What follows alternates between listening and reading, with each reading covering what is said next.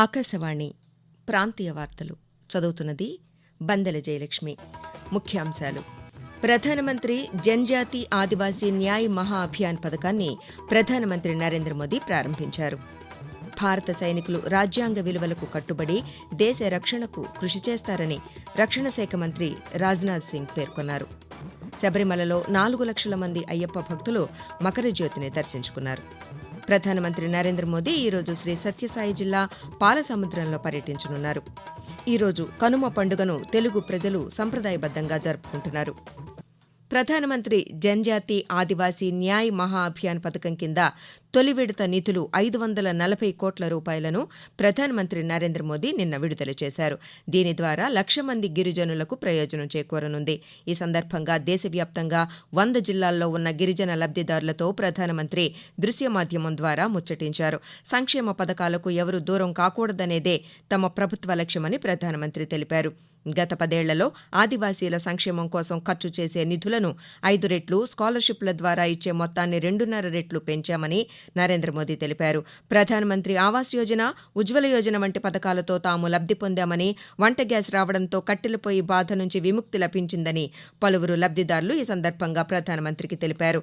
ఈ సందర్భంగా ఆంధ్రప్రదేశ్లోని అల్లూరి సీతారామరాజు జిల్లా అరకులోయకు చెందిన గిరిజన మహిళ స్వబీ గంగతో ప్రధానమంత్రి సంభాషిస్తూ, నమస్కారం సార్, నా పేరు స్వామి గంగ, నా భర్త పేరు స్వామి రామచందర్, అరకువెల్లి మండలం, అల్లూరు సీతారామరాజు జిల్లా. సార్, అందరి కేంద్రాల నుంచి బయటికి ఆన్లైన్ మార్కెటింగ్ చేసి ₹100 దాకా సంపాదించుకుంటున్నాం సార్.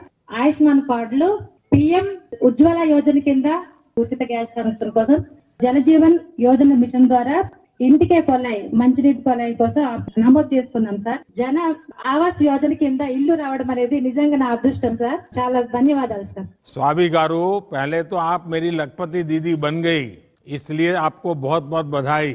और मैं देश में आपकी तरह 2 करोड़ लखपति दीदी बनाने का कार्यक्रम हाथ में लिया है।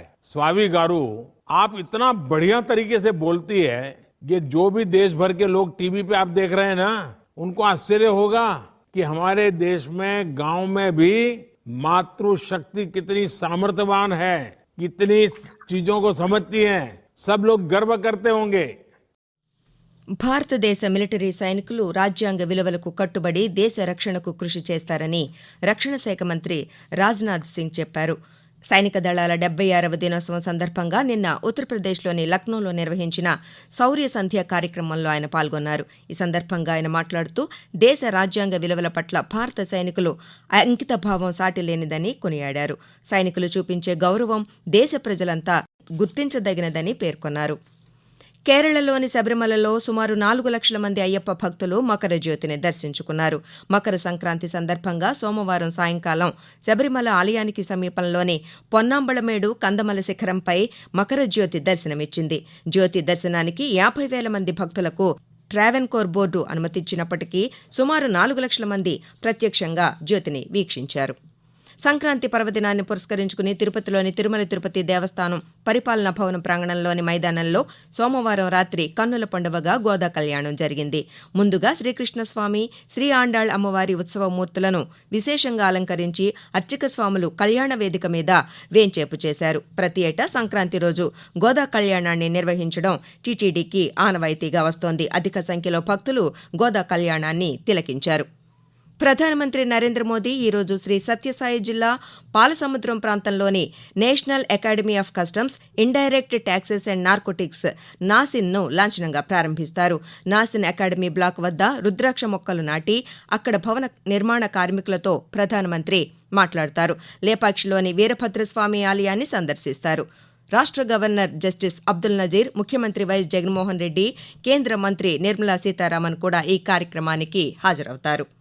4 రోజుల సంక్రాంతి పండుగలో భాగంగా ఆంధ్రప్రదేశ్, తెలంగాణ రాష్ట్రాల ప్రజలు ఈరోజు కనుమ పండుగను ఆనందోత్సాహాలతో జరుపుకుంటున్నారు. జీవన స్రవంతిలో ప్రకృతి, పశువులు మనకు అందిస్తున్న సహాయానికి కృతజ్ఞతలు తెలియజేయడమే కనుమ పండుగ నిర్వహణలోని ముఖ్యోద్దేశం. పొలం పనులు పూర్తయి పండించిన పంటలు ఇళ్లకు వచ్చిన సందర్భంగా ఏడాది పొడవునా ఈ మహాక్రతువులో సహాయం అందించిన పశువులను రైతులు పూజిస్తారు.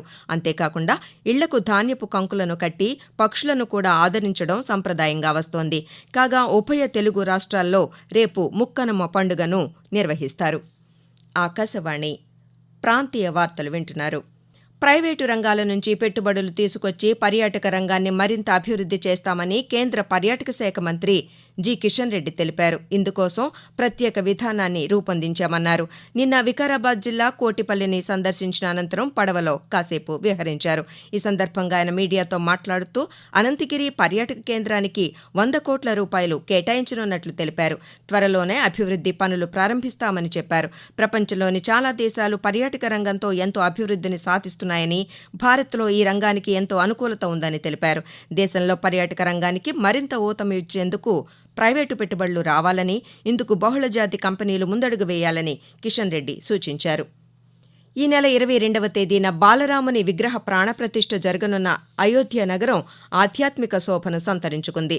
శ్రీరామ జన్మభూమి తీర్థక్షేత్ర ట్రస్ట్ ఆధ్వర్యంలో కనివిని ఎరుగని రీతిలో జరగనున్న ఈ కార్యక్రమానికి శరవేగంగా ఏర్పాట్లు జరుగుతున్నాయి. 22వ తేదీ మధ్యాహ్నం 12:20 బాలరాముని విగ్రహ ప్రాణప్రతిష్ఠ జరుగుతుందని ట్రస్ట్ ప్రధాన కార్యదర్శి చంపత్ రాయ్ తెలిపారు. ఆ రోజున ప్రధానమంత్రి నరేంద్ర మోడీ స్వయంగా గర్భగుడిలోకి విగ్రహాన్ని తీసుకువస్తారని ఆయన చెప్పారు. కాశీకి చెందిన పండిట్ లక్ష్మీకాంత్ దీక్షిత్ ఆధ్వర్యంలో ఈ కార్యక్రమం జరుగుతోంది. ఇలా ఉండగా ఈ మహోన్నత కార్యక్రమానికి తనను ఆహ్వానించడం ఎంతో అదృష్టంగా భావిస్తున్నానని జన్జాతి ఆదివాసీ న్యాయ మహా అభియాన్ సదస్సులో దృశ్య మాధ్యమం ద్వారా మాట్లాడుతూ నరేంద్ర మోదీ వ్యాఖ్యానించారు. ఇప్పటికే తాను 11 రోజుల అనుష్ఠాన దీక్ష నిర్వహిస్తున్నానని తెలిపారు. మరొకవైపు అయోధ్యలో శ్రీరాముని దర్శనం కోసం వచ్చే భక్తుల సౌకర్యార్థం దివ్య అయోధ్య అనే యాప్ను ఉత్తరప్రదేశ్ ముఖ్యమంత్రి యోగి ఆదిత్యనాథ్ దాస్ నిన్న లక్నోలో ఆవిష్కరించారు. ఈ యాప్ ద్వారా అయోధ్యలోని ఆలయాలు, ఆధ్యాత్మిక ప్రదేశాల సమాచారం తెలుసుకోవచ్చు. భారతీయ జనతా పార్టీ రాష్ట్ర అధ్యక్షురాలు దగ్గుబాటి పురంధేశ్వరి ప్రధానమంత్రి పిలుపు మేరకు బాపట్ల జిల్లా కారంచేడు గ్రామంలోని శివాలయంలో నిన్న స్వచ్ఛతా అభియాన్ కార్యక్రమాన్ని నిర్వహించారు. శివాలయ ప్రాంగణాన్ని శుభ్రం చేశారు. ఈ సందర్భంగా ఆమె మాట్లాడుతూ ఈ నెల 22వ తేదీన అయోధ్య రామమందిర ప్రతిష్ఠ మహోత్సవాన్ని పురస్కరించుకుని ప్రజలు శ్రీరాముని పూజలు నిర్వహించి ఈ కార్యక్రమంలో భాగస్వాములు కావాలని కోరారు. భారత వాతావరణ శాఖ ఏర్పాటై 150 ఏళ్లు పూర్తయిన సందర్భంగా విశాఖపట్నం తుపాన్ హెచ్చరికల కేంద్రం వేడుకలు నిర్వహించింది. కైలాసగిరిపై డాప్లర్ వెదర్ రాడార్ కేంద్రంలో ప్రత్యేక కార్యక్రమాలు నిర్వహించారు. కార్యాలయ పరిసరాలను సర్వాంగ సుందరంగా అలంకరించారు. తుపాను హెచ్చరికల కేంద్రం డైరెక్టర్ డాక్టర్ సునంద ఆధ్వర్యంలో సిబ్బంది న్యూఢిల్లీలోని విజ్ఞాన్ భవన్లో నిర్వహించిన సమారోహ కార్యక్రమాన్ని వర్చువల్గా తిలకించారు. ఈ సందర్భంగా తుపాన్ హెచ్చరికల కేంద్రం వివిధ పరికరాలను ప్రజలు సందర్శించేందుకు అవకాశం కల్పించింది.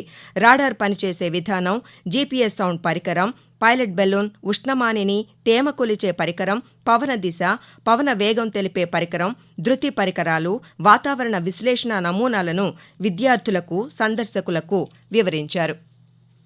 ప్రధానమంత్రి నరేంద్ర మోదీ తన మనసులోని భావాలను ఆకాశవాణి ద్వారా దేశ ప్రజలతో పంచుకునే మన్ కీ బాత్ మనసులోని మాట కార్యక్రమం 109వ సంచిక ఈ నెల 28వ తేదీ ఆదివారం ప్రసారమవుతుంది. మన్ కీ బాత్ కార్యక్రమానికి ప్రజలు తమ సూచనలు, సలహాలు అందించాలని ప్రధానమంత్రి కోరారు.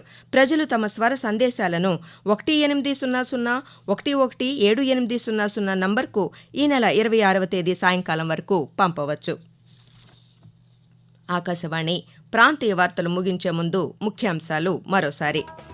ప్రధానమంత్రి జన్జాతి ఆదివాసీ న్యాయ్ మహా అభియాన్ పథకాన్ని ప్రధానమంత్రి నరేంద్ర మోదీ ప్రారంభించారు. భారత సైనికులు రాజ్యాంగ విలువలకు కట్టుబడి దేశ రక్షణకు కృషి చేస్తారని రక్షణ శాఖ మంత్రి రాజ్నాథ్ సింగ్ పేర్కొన్నారు.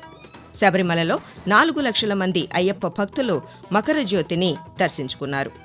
ప్రధానమంత్రి నరేంద్ర మోదీ ఈరోజు శ్రీ సత్యసాయి జిల్లా పాలసముద్రంలో పర్యటించనున్నారు. ఈరోజు కనుమ పండుగను తెలుగు ప్రజలు సంప్రదాయబద్ధంగా జరుపుకుంటున్నారు. ఆకాశవాణి ప్రాంతీయ వార్తలు ఇంతటితో సమాప్తం.